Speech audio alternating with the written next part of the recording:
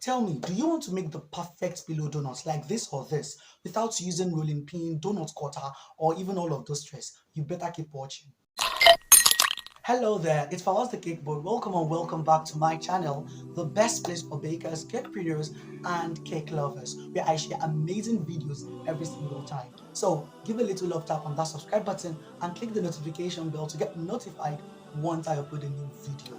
In today's video, I'm going to be showing you how you can make the perfect pillow donut without rolling pin, donut cutter, all of those stress and those, all of those stress. So without wasting too much of your time, let's dive into it. So it's quite a very simple one. I added the flour, the yeast, water at this point, and as well egg. I already mixed it, and also the oil. I had divided the oil into two, so I mixed that all at once in the bowl. You have a very kind of liquid dough as at this point, but don't worry, you don't need to puff around. You pass it onto a work table, you make sure it is well floured, and then you start to knead little by little.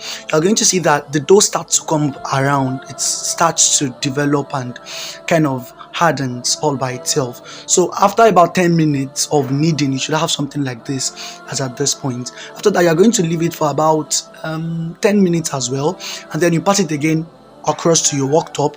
And then since you will not be using a rolling pin, you just have to go through this motion I just went through.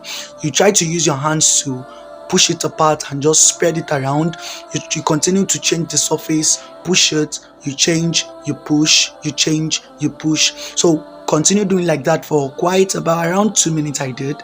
And then after that, you're going to use your cutter or something like this to you, just divide it into two parts. So then you now take one of the parts and roll it again into this kind of round shape, and then you now cut it into, I ended up cutting this particular piece, which is the first part, into 8 different parts. So I was able to make this one with 8, and the second I made 4, making a total of 12. So this is how it should look like. So this is when I'm cutting it again. So after this, you're going to transfer it into, you're going to combine everything together into your bowl, and then you start to, since we will not be using a cutter, or since we were not able to use a cutter in the rolling pin method, so this is a method you need to go through.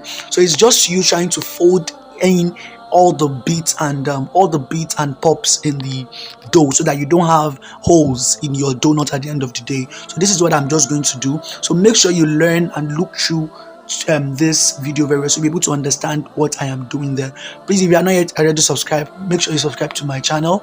It really helps me create more lovely videos for you guys. So you make sure this is just so that the dough will not stick to the paper. That's why I floured it. So this is it before it was proofing, and this is after it's proofed. It's kind of elevated. So at this point, you need to know that your oil should not be too much. Like, it should not be too much, or else you not have the white lines that is meant to be gotten in your pillow donut. So you need a little bit of oil, and you need to take note of your heat as well. So this is the end result of my pillow donut, and thank you very much for watching, and that is my donut complete. Thank you.